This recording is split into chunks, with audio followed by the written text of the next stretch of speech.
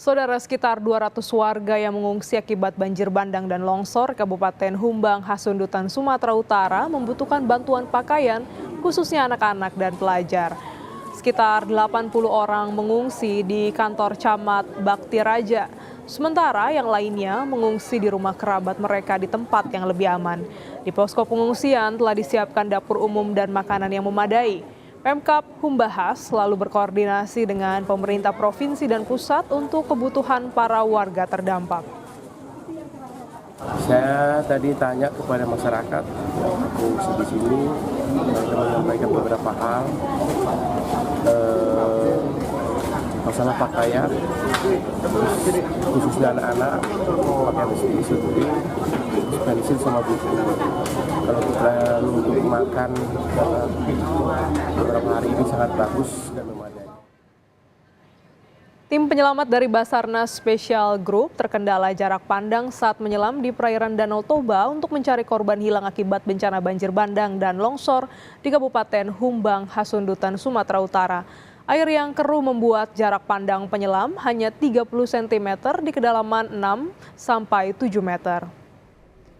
Dalam video milik Basarnas ini, tampak kondisi di dalam perairan Danau Toba gelap dan tidak terlihat apapun.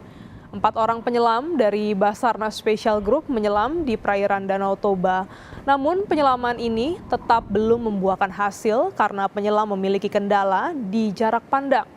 Jarak pandang penyelam hanya 30 cm di kedalaman 6 sampai 7 meter.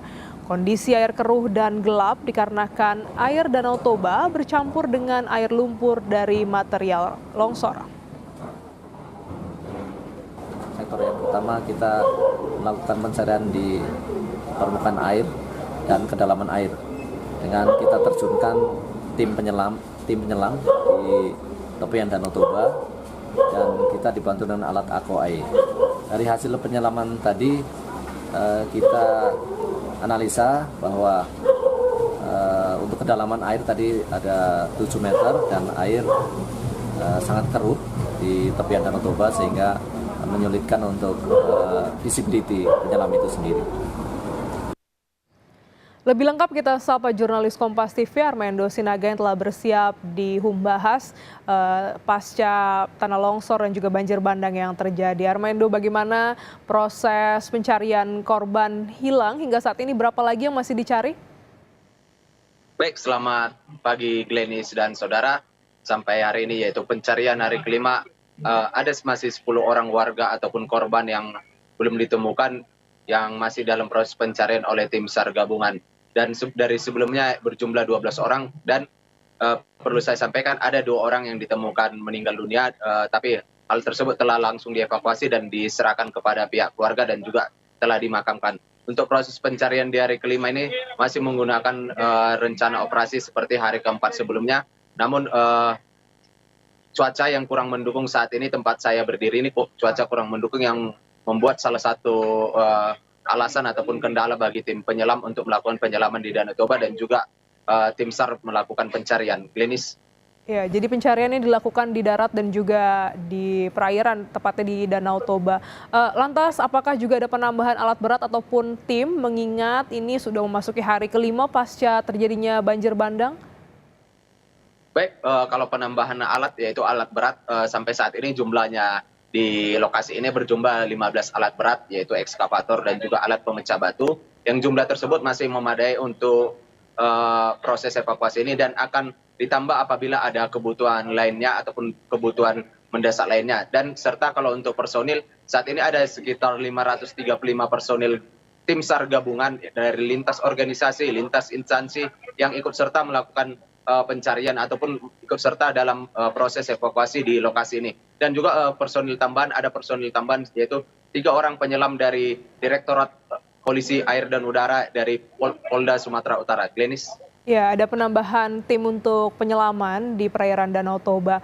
Armando, ini terkait dengan titik di mana korban terakhir berada. Apakah ini sudah mendapat kejelasan dari pihak keluarga yang kehilangan? Karena kita melihat bagaimana pasca banjir bandang begitu banyak batu besar yang akhirnya meluluh lantahkan pemukiman warga.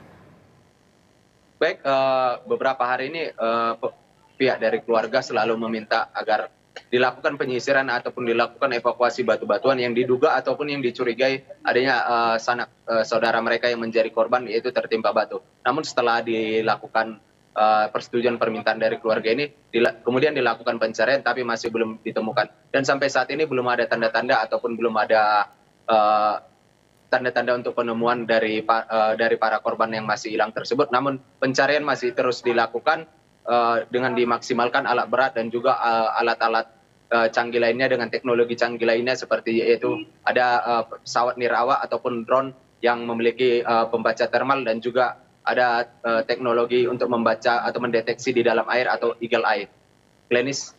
Ya, untuk pencarian korban ini tentu perlu usaha yang lebih keras mengingat bagaimana besarnya batuan dan juga keruhnya perairan Danau Toba hingga hari ini.